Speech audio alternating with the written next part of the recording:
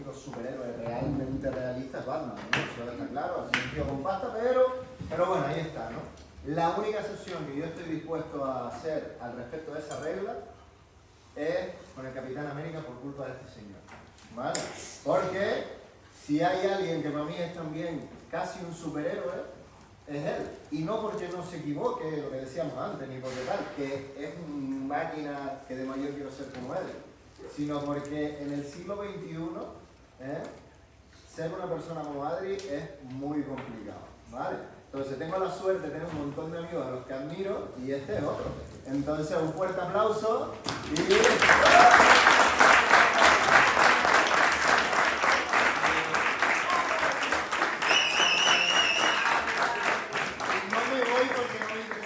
sino porque alguien tiene que traer las pizzas, ¿vale? Entonces, me las están grabando. Bueno, primero que nada, buenas tardes a todos, noches ya, me imagino que estamos en energías un poquito bajas, ¿vale? Vamos a intentar de hacer de algo que es, o hacen ver muy complicado, lo más sencillo que podamos ver hasta ahora, ¿vale? Vamos a hablar un poquito de arquitectura en frontend, pero todo lo que vamos a comentar es extrapolable a otro tipo de entorno. Podemos estar hablando de mobile, podemos estar hablando de backend, podemos estar hablando de sistemas informáticos. De hecho, cuando hablamos de administración de redes, se basa en un tipo de arquitectura en concreto y van a ver que poquito a poco no hay tanta diferencia entre unos y otros, ¿vale? Bueno, después de la presentación de Goyo, poco más queda que decir de mí. Me llamo Adrián Ferrera González, soy desarrollador también en Bitmain. Y bueno, una de las ventajas que he encontrado a lo largo de estos años es que como desarrollador en Bitmain, trabajando en una consultora, nosotros rotamos de proyectos muy a menudo, ¿vale? Generalmente entre 6 meses y un año vemos distintos proyectos. ¿En qué se traduce esto? En que eso me ha dado la posibilidad de ver distintos problemas y distintas soluciones en distintos escenarios. ¿Qué quiere decir esto? Que aunque un problema parezca muy similar, cuando lo cambiamos de contexto no tiene nada que ver, con lo cual la solución que vamos a aplicar quizás no guarda ningún tipo de relación con la que habíamos aplicado anteriormente.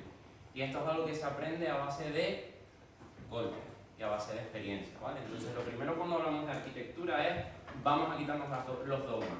Todo depende del contexto donde lo estemos mirando. Ahora bien, ¿eso qué quiere decir? ¿Que vamos a tener que estar aprendiendo constantemente? Vamos a intentar que no. Vamos a intentar de dar unas claves que cuando nos enfrentemos a un problema, ya estoy viendo a Delo venir, un segundo. ¿Eso? El Capitán América no enciende el micro. Cambio, ¿no? No, ¿Ya? ya está bien la mesa. Ah, bueno, vale, perfecto.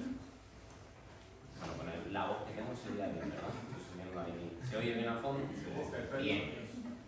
Vale, recapitulando. Es muy difícil hablar de arquitectura, ¿vale? Pero vamos a intentar dar unas claves que cuando nos vayamos a enfrentar a un problema podamos sacar esas preguntas al aire y decir, vale, ¿qué cosas tenemos que tener en cuenta a la hora de plantear una arquitectura? Entonces, bueno, en nuestro día a día nos vamos a enfrentar a un montón de problemas y en los cuales vamos a llegar y vamos a decir, oye, he tenido una idea, he estado trabajando y tenemos la solución al problema. La solución genérica, la gran clave que va a solucionar a partir de ahora todos los problemas de la aplicación. ¿Vale? Eso no funciona así. Si las aplicaciones están vivas y los sistemas están vivos, quiere decir que estamos en un contexto que va a estar cambiando a lo largo del tiempo. Y eso tiene mucha relación con lo que se considera arquitectura evolutiva. ¿Qué quiere decir eso? Que si el software está vivo, la arquitectura va a tener que ir evolucionando. Nos podemos ver estancados en tratar de hacer un análisis súper extenso al principio de un proyecto y quedarnos estancados ahí. ¿Por qué? Porque al final las aplicaciones necesitan ir a producción. Entonces, un producto no puede estar desarrollándose durante 2 años sin generar un ingreso. Es de ahí la conclusión de la arquitectura tiene que evolucionar en base a las necesidades, ¿vale? No es algo estático. Ahora bien, cuando trabajamos en el desarrollo de software, muy probablemente nos vamos a encontrar con este tipo de tipologías y pueden ser perfectamente una evolución natural de los sistemas. Podemos empezar por un monolito, ¿vale? Que es una aplicación la cual contiene todo el código, tanto de frontend como de backend, la definición de todas juntas. podemos hablar de un frontend y un backend separado, ¿vale? Cuando nos enfrentamos a este tipo de problemas, lo que estamos haciendo es tratar de dar una solución. ¿A qué? Al cómo desplegamos nuestro código. Pero la organización puede ser perfectamente la misma. Podemos irnos a una arquitectura de microservicios en backend y lo que estamos tratando de hacer aquí es simplemente simplificar el problema. Estamos tratando de mover responsabilidad a cada uno de los microservicios y desplegarlos de forma independiente. Y de la misma forma, cuando hablamos de microfrontend, pues puede ocurrir exactamente lo mismo. Lo que queremos es, dentro de nuestro frontal, partirlo en distintas aplicaciones que permitan desplegarlos de forma independiente. Al hacer esos cortes, lo que estamos consiguiendo es mover responsabilidad del código a unos servicios y que no esté desperdigado por toda la aplicación. Pero cuando hablamos de esto, estamos hablando de arquitectura de despliegue. Es decir, la arquitectura no es solo código. Hay muchas cosas que influyen a la hora de hablar de arquitectura y por eso es tan complejo, porque se pueden mezclar distintos conceptos. Ahora bien, hablando de arquitectura en cuanto a código, ¿qué es lo que vamos a hacer? Pues si en los ejemplos que veíamos antes estamos tratando de partir, cortar, diferenciar, cuando hablamos de código podemos hacer exactamente lo mismo. Hay un concepto que se viene tratando desde hace muchos años que es el conocido arquitectura hexagonal, ¿vale? Aquí lo vamos a representar en un círculo porque al final el concepto de hexágono pues acaba llevando un poco a confusión, pero es la palabra que usamos siempre. ¿Y qué viene a decir la arquitectura hexagonal? Bueno, cuando nosotros creamos nuestro código y definamos dónde vamos a organizar esas piezas, vamos a hablar de tres cositas, ¿vale? La primera de ellas es la capa de infraestructura. Esa capa es la que tiene que contener todo lo relacionado con la tecnología más pura, es decir, todo el tema de las librerías, todo el tema de conexión a base de datos, todo lo que describe esa parte técnica que, como bien decían las compañeras antes, no tiene que ver con negocio. ¿Qué es lo que tiene que ver con negocio? Bueno, la parte de dominio, es la parte más interna de la aplicación. Se supone que si nosotros cogemos esa capa más interna y se la llevamos a los product managers o a los product owners, tienen que ser conceptos totalmente aislados que ellos sean capaces de entender, ¿vale? Hablar de temas de persistencia, hablar de temas de escalabilidad, eso no entra dentro de dominio. Eso es algo que negocio dice, ¿eso qué es? Eso es puramente técnico, ¿vale? Entonces ya tenemos una división entre lo que es la capa de más afuera y la capa más interna, ¿vale? Pero existe algo en medio, y esa capa que existe en medio se le denomina capa de aplicación. ¿Qué es la capa de aplicación? Pues precisamente la que describe cómo se comporta el servicio o aplicación que estamos creando, ¿vale? En esta capa lo que vamos a tener son las entidades con funciones, y esas funciones son las que describen perfectamente cómo se comporta el sistema. Recuperar usuarios, darle like a una película, agregar a favoritos, eliminar de contactos, borrar comentarios, agregar comentarios. Todo eso son conceptos atómicos de cómo se comporta la aplicación, pero no estamos hablando ni de cómo se guarda ni de qué entiende de negocio como tal, ¿vale? Entonces, consiguiendo hacer esta distinción, conseguimos ir separando y organizando nuestro código. Estas tres capas, ¿cómo se comunican entre sí? Porque aquí tiene que haber algo, si no, podríamos llamar desde dominio infraestructura, aplicación. Eso no funciona así. Hay unas ciertas reglas que lo que dicen es que las capas más externas pueden conocer de las capas más internas, pero las capas más internas no pueden saber de las de fuera. ¿Todo esto para qué? Para que puedan mantener la responsabilidad y esto sea mantenible a lo largo del tiempo. El mayor de los problemas que existe cuando hablamos de software viene a ser que en el momento que lo hacemos está todo bien, todo funciona muy bien, entregamos valor, dentro de un año hay pánico a tocar ese código. ¿Por qué? Porque muchas veces no está bien organizado y es normal. Pero para aprender a organizar el código primero tenemos que pegarnos con ello y conseguir ese conocimiento, que es a través de experiencia. Aún así, como ya bien dije, vamos a dar unas claves que nos ayuden a esto. ¿Vale? Arquitectura hexagonal está muy bien, perdón. La arquitectura hexagonal está muy bien en el papel. Me ha quedado trabado, un segundo. Keynote.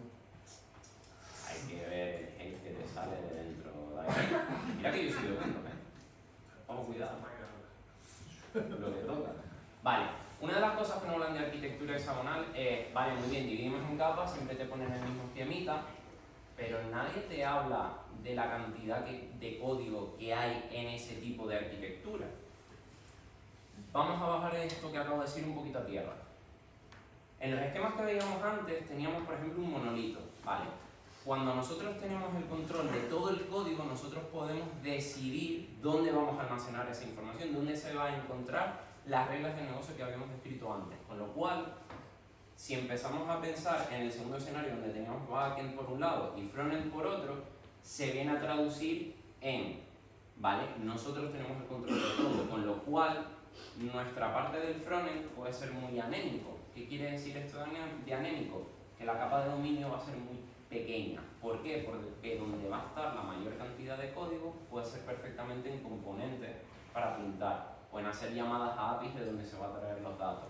Y es en el backend donde va a estar toda esa parte de dominio definida. Ahora bien, muchas veces los equipos no se estructuran de esa forma. Pueden haber equipos que estén totalmente aislados o incluso que ni siquiera sean equipos distintos, sino que sean empresas distintas, con lo cual podemos implementar la parte del frontend, la parte de la web o de la aplicación móvil, pero no tenemos control sobre lo que hace el backend. ¿Qué quiere decir eso? Que si nosotros queremos hacer una aplicación que sea rica, que tenga un comportamiento y que aporte un valor al usuario, vamos a tener que extraer de esos datos que nos da el backend y ser nosotros quienes los manipulemos y empecemos a hacer magia. ¿Eso qué va a implicar? Que el tamaño de nuestra capa de dominio va a crecer frente a lo que era la capa de infraestructura. ¿Qué quiero decir con esto? Que depende del escenario donde estemos, vamos a tener que plantear un tipo de estrategia u otra. Pero lo que sí creo que aporta mucho valor y tengo probado mi criterio que funciona es el al menos tratar de dividir en capas y tener claro dónde va la responsabilidad de cada una de estas partes del código. Ahora bien, para mí hay, y como bien decía antes, 4 principios clave cuando hablamos de arquitectura. El primero es responsabilidad, ¿vale? Tenemos que tener claro que cada pieza de nuestro código tiene que tener una responsabilidad única. Tenemos que saber y tener claro qué es lo que va a hacer ese código. Por otro lado, existen dos conceptos que son cohesión y acoplamiento y van siempre de la mano. ¿Por qué? Cuando hablamos de cohesión, queremos decir que dos piezas de software entre sí, la comunicación que tienen es semántica, es decir, se mantienen en balance y la comunicación que mantienen es natural. Cuando hablamos de acoplamiento, es cómo de unidas están esas dos piezas y cuánto nos costaría separarlas. ¿Qué quiere decir eso? Que el software de por sí siempre va a haber un punto donde exista acoplamiento. Lo que tenemos que intentar es que ese acoplamiento sea el menor posible y que solo esté acoplado cuando tratamos de buscar la cohesión, esa semántica en el código, esa interacción entre ambas piezas. Vale, y por último está la parte del testing. Está muy bien que hablemos de arquitectura, pero si lo que queremos buscar es que nuestro código se mantenga a lo largo del tiempo, tenemos que tener unas pruebas automáticas que determinen si esto está cambiando, si esto está funcionando cuando afrontamos un cambio. Estamos hablando de que si aplicamos arquitectura evolutiva, a lo largo del tiempo ese software va a cambiar y las necesidades de negocio también. Con lo cual necesitamos unos andamios que nos aseguren que estos cambios que estamos haciendo permiten que nuestra aplicación siga funcionando y se comporte de la manera que esperamos. Entonces, cuando ponemos todo esto en conjunto, lo conseguimos que nuestra aplicación, nuestro código, sea sostenible a lo largo del tiempo. Ahora bien, todos estos conceptos que hemos hablado son aplicables tanto a frontend, backend, mobile o cualquier tipo de arquitectura que estemos hablando. Por ejemplo, cuando hablamos de redes, y es uno de los primeros sistemas de arquitectura que se definió, fue las capas OSI de ISO. Es un estándar que define cómo se comunican los servicios a nivel de red, donde tenemos aplicación, transmisión, presentación, etc. ¿Vale? Red no viene a decir otra cosa que es cuando llega una petición de red a través de la red, tenemos que desempaquetar ese paquete y cada una de esas capas va a tener una responsabilidad distinta. Al final es software y todo el software se ha acabado traduciendo en lo mismo. Vamos a tratar de separar la responsabilidad y qué hace nuestro código y dónde tiene que hacer determinadas cosas.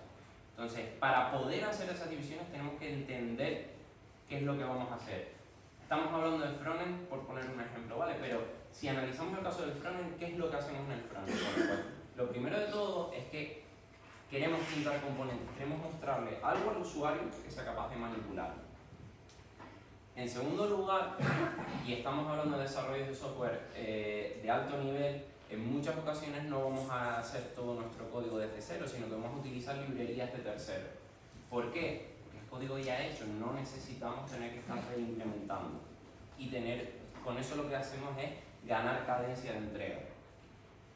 Muchas veces utilizaremos, pues en este caso, recursos del navegador, que hoy en día, sobre todo pensando en Progressive Web App, es una de las cosas básicas. Queremos utilizar cámara, queremos utilizar geolocalización, queremos utilizar micros, etc. Entonces, en algún momento vamos a tener que utilizar APIs de navegador.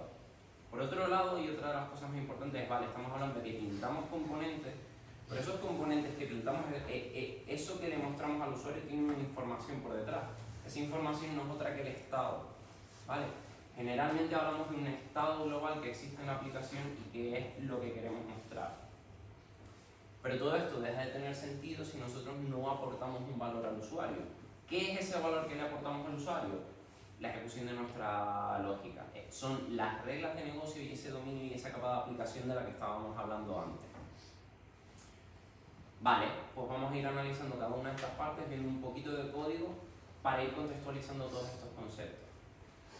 Primer disclaimer, el código que veamos ahora no es relevante al 100%. Todos estos conceptos nos los podemos llevar de React a Angular, a Vue, otro tipo de herramientas, ¿vale? Con lo cual vamos a quedarnos solo con que son líneas de código escritas en JSX, vamos a tratar de quedarnos con los conceptos para ejemplificar todo esto que estamos viendo. Bueno, pues vamos a ver un poquito de cómo se pintan esos componentes. Cuando hablamos de pintado de componentes, ¿vale? Lo que tratamos de hacer es mostrar una información al usuario que pueda manipular. Cuando nosotros creamos el árbol DOM, existen dos tipos de componentes que podemos tener en cuenta. En primer lugar están los componentes representacionales, que son aquellos que simplemente permiten tener al usuario una interacción más plana, que pueden ser reutilizables a lo largo de toda la aplicación, y tenemos el concepto de contenedores, ¿vale?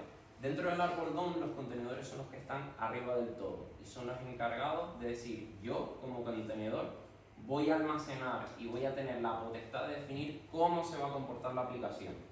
Y a mis hijos, su responsabilidad, que es simplemente pintar, le voy a decir a través de parámetros cómo se tiene que comportar o qué es lo que tiene que pintar. Esto se le dice comúnmente que cuando las propiedades bajan, los eventos suben, ¿vale? Teniendo esos dos conceptos, vamos a ver que podemos pasar la información a los hijos de cómo se tiene que pintar. Pues por ejemplo, en este caso queremos definir si en una pantalla de pago la ventana modal está abierta o no, y podemos definir funciones que le pasaremos también en base a las props sobre qué ocurre cuando el usuario trata de comprar algo o qué ocurre cuando el usuario le da el botón de cancelar. Pero esa lógica no interesa tenerla en los componentes que están por debajo. La única responsabilidad que está en los componentes de por debajo es pintar. Veamos eso, por ejemplo. Si vamos a ese último componente que veíamos, el de MyPayment, él lo único que hace es recibe unas propiedades las cuales va a invocar cuando ocurran cosas. Cuando dentro de una ventana modal se llamen a ciertos eventos. Pues, oye, en la ventana modal ha ocurrido un evento de aceptar o un evento de cancelar. ¿Vale? ¿En qué se traduce eso? Pues en que la ventana modal o de confirmación va a recibir unas propiedades las cuales va a asociar a unos botones que tiene definidos. ¿Y cómo se define ese botón? Pues de la forma más simple del mundo. Puedes recibir un children, que es lo que quieres pintar en el cuerpo, y definir un evento de un clic, que es lo que se va a ejecutar cuando el botón está definido. Con esto que conseguimos, estamos creando esa capa, ese corte, dentro de la capa de infraestructura que hablábamos antes, que es puramente tecnológica, para agrupar nuestro código y definir la responsabilidad de cada uno de los elementos. Vale, como bien había dicho antes, la intención es, tenemos nuestro código, pero queremos tener pruebas que se cercioren de ello. Bueno, hacer este tipo de cortes también nos permite testar los componentes de una forma muy sencilla, porque si vemos cómo testaríamos el botón principal que veíamos, simplemente es definir cómo se va a pintar ese botón, y cuando hay un evento de clic, verificar que la función de clic se ha llamado. ¿Qué hace esa función de clic? Da exactamente igual para lo que es el contexto del botón. Si quisiéramos ir un paso más allá y probar cómo se comporta el container o cómo se comporta el proceso de compra, podríamos testar el contenedor y ahí podríamos tener un tipo de interacción más rico, ¿vale? Ya definiríamos el cuerpo mínimo, que es invocar al contenedor, con un mock de la función de compra, llamar al click y verificaríamos que eso se ha llamado. Vale. Vamos a hablar del uso de librerías de terceros. Como bien había dicho antes, muchas veces recurriremos a librerías que nos permitan que nuestra aplicación se pueda manipular de una forma más sencilla y tener una cadencia mayor a la hora de entregar valor. Podríamos estar hablando en el formulario que veíamos antes en unas validaciones, ¿vale? ¿Qué ocurre en este tipo de código? Bueno, vamos a suponer que tenemos dos formularios, formulario 1 y formulario 2, y esos formularios vamos a utilizar una librería de validación en la cual pues simplemente tiene una configuración en concreto, tiene una idea y demás. En el formulario 2 pues lo mismo. Llamamos a una librería de validación la cual verifica que cuando nosotros hagamos clic en Submit, pues ese código pasa a las validaciones del formulario que hemos definido. Ok. A priori podríamos decir, oye, ¿qué problema vemos aquí? Bueno, podríamos considerar que quizás es el mismo código, podríamos extraer una función y demás, pero es por el hecho de no queremos duplicar códigos. Vale. Yo iría un paso más allá. ¿Qué ocurre si esa librería que estamos utilizando de MyFancyForm Library para validar formularios cambia la API? Tendríamos que ir a cada uno de los componentes donde lo hemos utilizado para modificar el código. Eso que implica que para un cambio de una librería de terceros tenemos que ir a cientos de componentes que lo están utilizando dentro de nuestro código y eso no es mantenible. Una de las buenas prácticas que hay es, bueno, siempre que utilices librerías de terceros, asume que te vas a acoplar con ellas, pero puedes envolverlas para al menos acotar el punto de cambio. ¿Qué quiere decir envolver? Pues simplemente que vamos a crear nuestra propia función, definir cómo le entran los parámetros y cómo pueden salir en caso de que tengan un tipo de retorno y vamos a encapsular esa funcióncita ahí. ¿Qué ocurre? Mañana sale una nueva versión de la librería porque hay problemas de seguridad. Cambian la API y piden que vengan 4 parámetros nuevos. Tiene una incidencia de, vale, simplemente con crear esa envoltura y definir unos tipos de entrada y unos tipos de salida, estamos haciendo que cuando eso cambie, tenemos un punto único de cambio. No tenemos que ir a todos los puntos de la aplicación que teníamos antes a tener que cambiar ese código. Con lo cual es un win-win. Y es algo que es muy simple. Simplemente tenemos una función y la envolvemos en otra. ¿Para qué? Para manipularla de forma sencilla. Y no tener que propagar esos cambios. El tipo de entrada y el tipo de salida van a ser exactamente los mismos que nosotros habíamos definido para nuestra aplicación. El cambio queda acotado en un punto único. ¿Vale? ¿Cómo testaríamos esto? Bueno, pues realmente no tiene sentido que testemos librerías de terceros.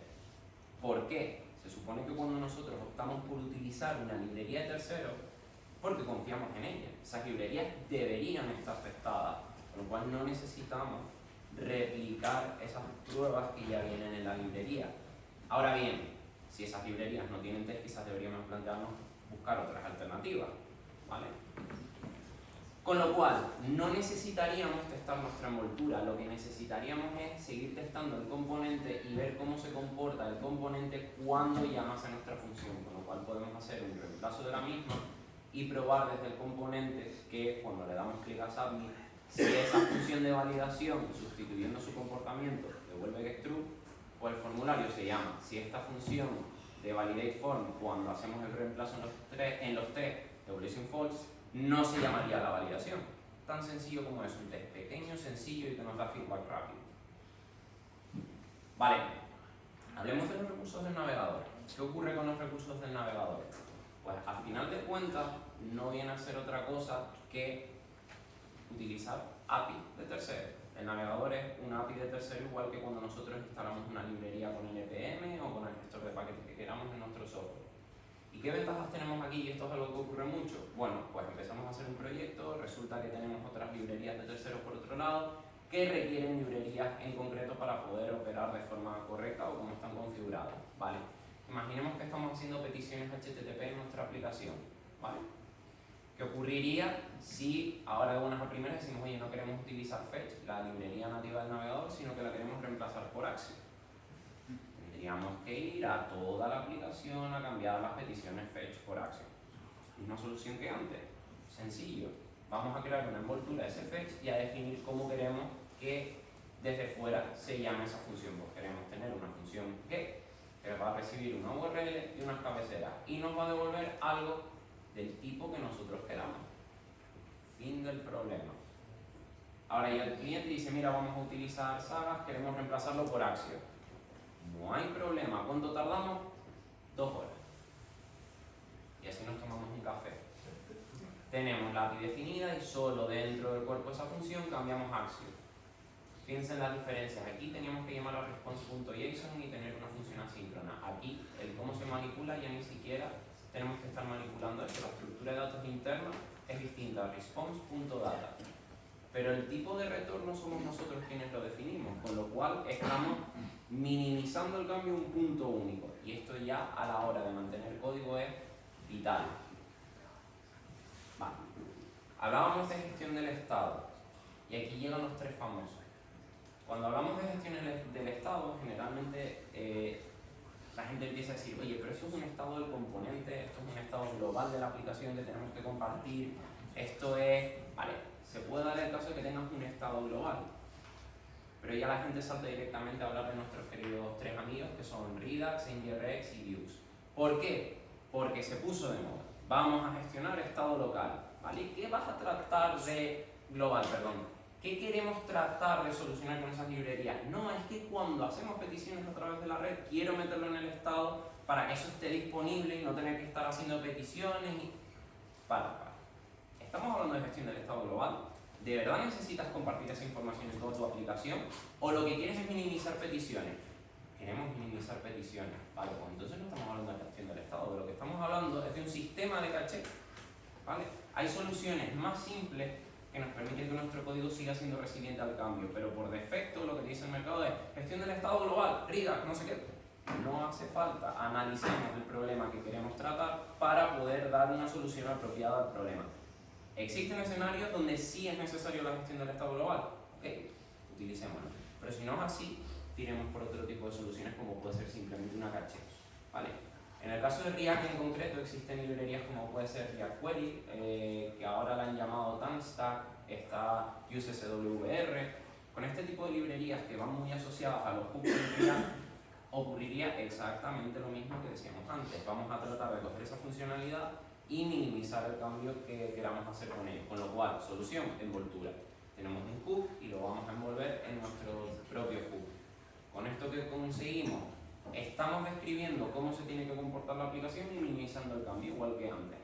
Con lo cual, cuando nosotros tenemos ese contenedor que decíamos antes, esa capa jerárquica en lo más alto de todo, en el árbol de componentes, lo que vamos a hacer es decirle, oye, cuando yo necesite recuperar unos datos, voy a cachearlo.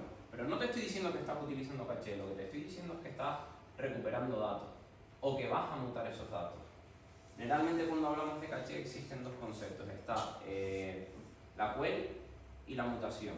¿Cómo funciona esto? Cuando nosotros hacemos una query, lo asociamos a una clave y lo dejamos cacheado.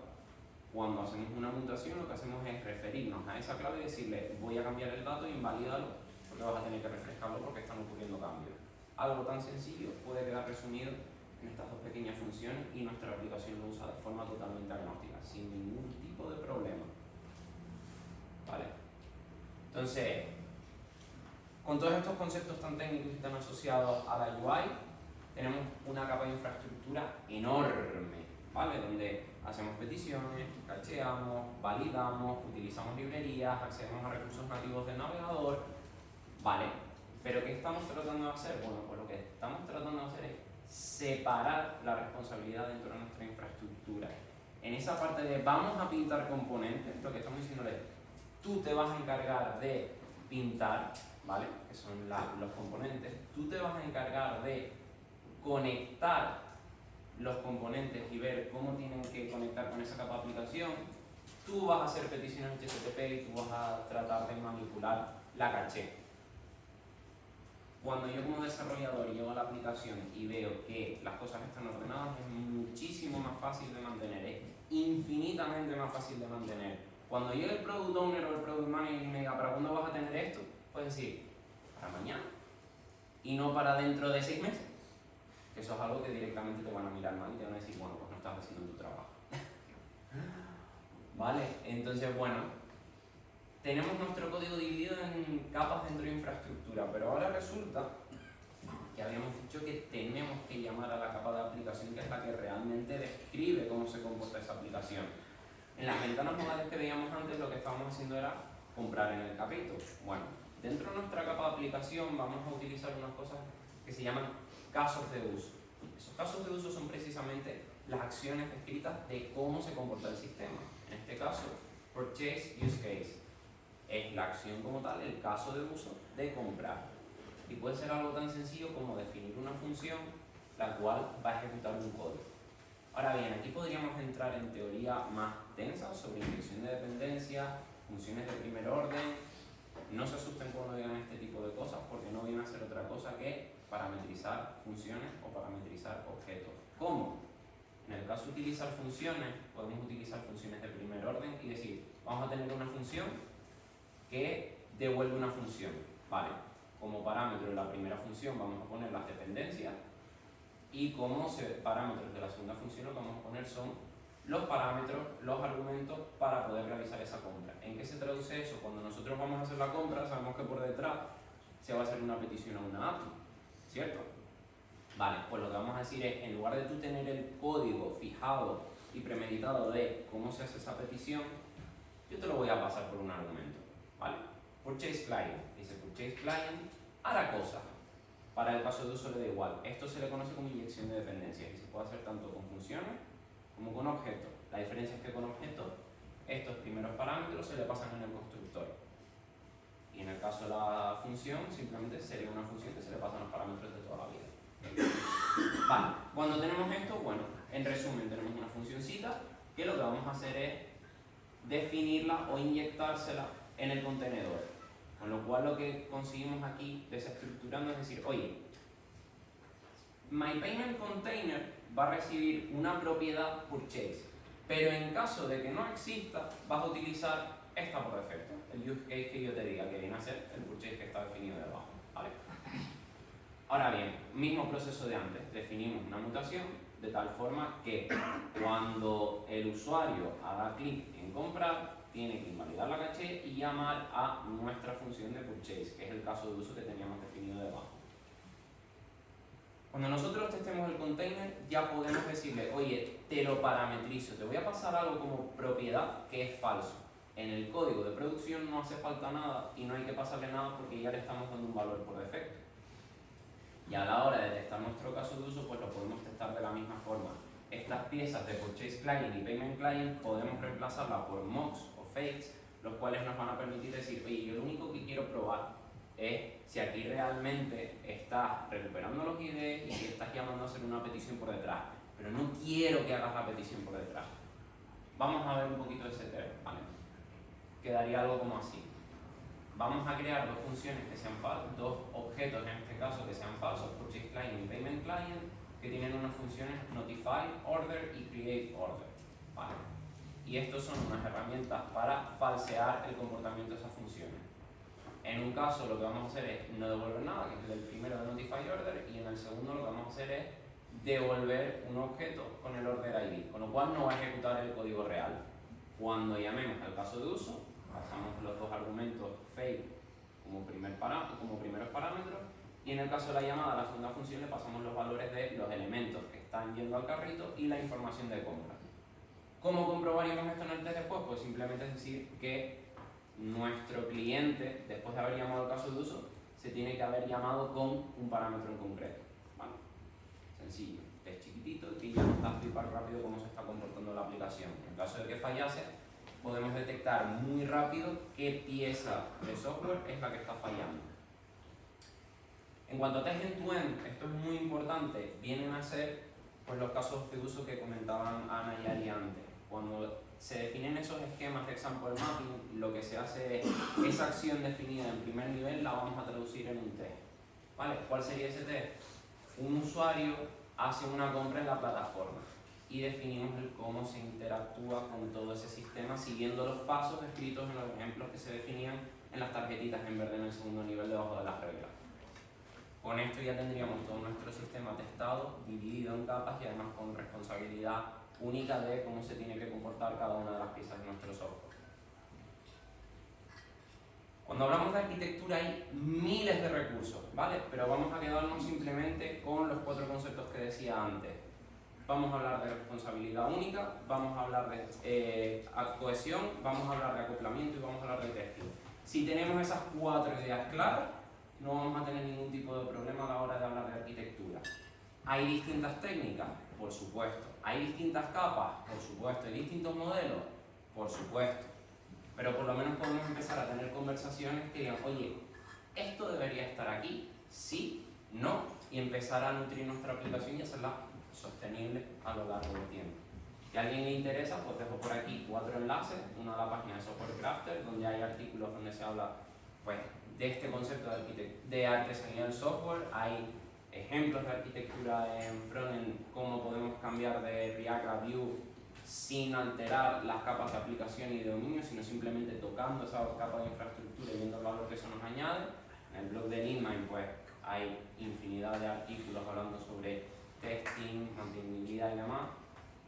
Daniel Irving es uno de los autores que a mí especialmente me encanta porque no es muy famoso, pero ha escrito varios libros sobre cómo hacer testing a nivel de UI y eso es manita de santo. No suele haber demasiada información al respecto y el tener un punto de vista de alguien que trabaja con ello todos los días, pues para mí es algo que me aporta valor. Y bueno, si quieren ver cosas con las que friqueo, artículos que escribo y demás, pues como no voy a ser el rarito y no hablar de me tiro flores así. Nada, si hay dudas, pues en un momento, si no, en el momento de las pizzas. Muchas gracias por estar todos aquí y aguantar la chapa hasta las 8:01. Así que...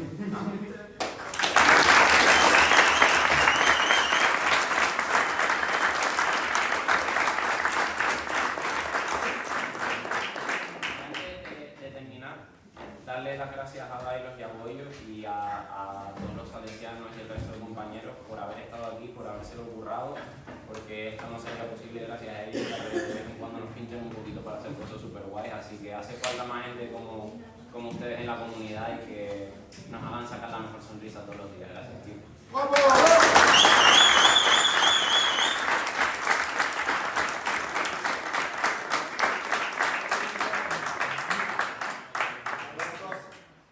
Está lloviendo y hay 30 pizzas abajo. Bueno. Hay una característica del sector que es que la peña termina este rollo y se va corriendo. Es una bobería, las pizzas están calentitas, ¿vale?